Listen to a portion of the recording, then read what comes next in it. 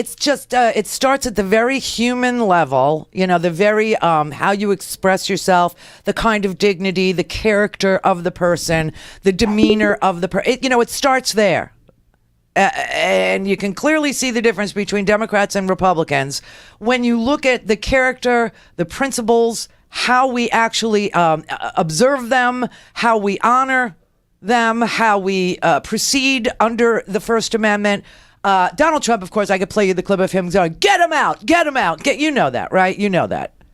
But there is a huge difference in the way we govern as well, not just who we are and how we express ourselves, but also in the way that we govern. We do not backhand people who are poor. We do not appeal to them with lies and pie in the sky promises that we're going to bring back coal jobs and that we're going to do something about the opioid addiction epidemic and then cut the very things that would provide them opioid addiction help and re-educate them for the jobs of the future, because coal mining is never coming back. We don't lie, we don't cheat, and we don't steal. And then you've got a president who does all three things all at the same time while tweeting, and he gets some sort of a pass from, well, I was going to say 35% of the United States of America, but he lost the Nazis yesterday. I showed you. He's losing the Nazis.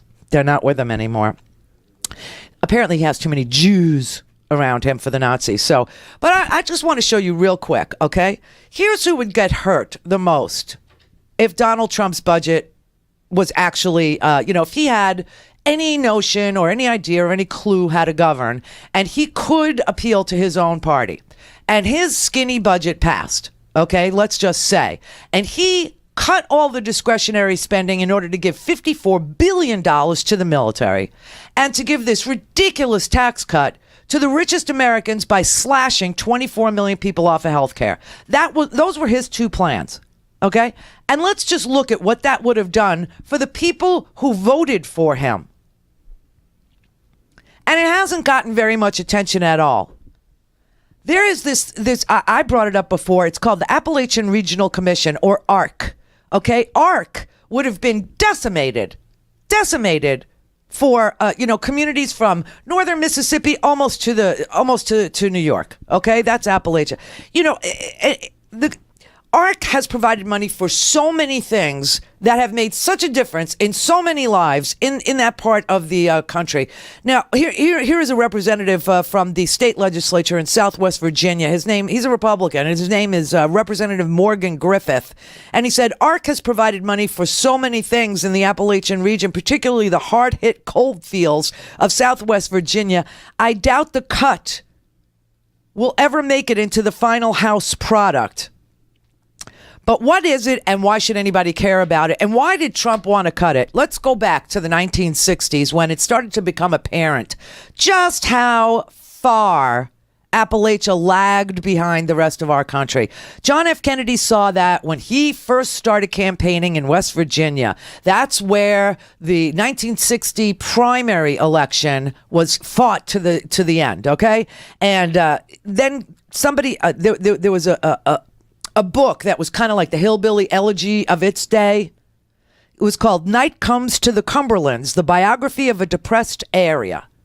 And then LBJ became president in the mid-60s after JFK was assassinated, as you know, and he declared war on poverty and created this commission, ARC, in 1965 to look at the unique challenges that confronted a region that runs from northern Mississippi to southern New York, as I said. And since then, the agency has spent billions of dollars in Appalachia, which in turn also leveraged $16 billion in private funding to join the public funding. Okay? So poverty rates had been cut in half, from 31% of the people living there to 17%, which is still high. The number of high poverty counties has been cut from 295 high poverty counties in Appalachia to 90, still high. The high school graduation rate has doubled. Appalachian students graduated at the same rate as the rest of the nation. Infant mortality has been cut there by 2/3. I would say those are all wins. And it is all because Democrats invested in those places. And that is why Appalachia typically voted for Democrats until Donald Trump came along and was sufficiently racist and promised them coal jobs would come back and promised them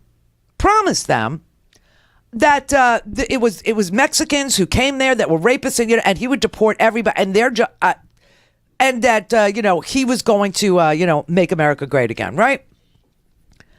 Appalachia still lags behind the rest of the country, and it's not really their fault in that it's a very mountainous region, and it only had here's one county, Dickinson County.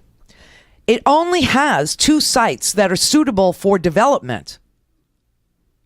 And one of those had to be used to build a new school. You know why? Because the coal economy is collapsing due to automation, natural gas, wind energy, solar energy, renewable energy, right? Right?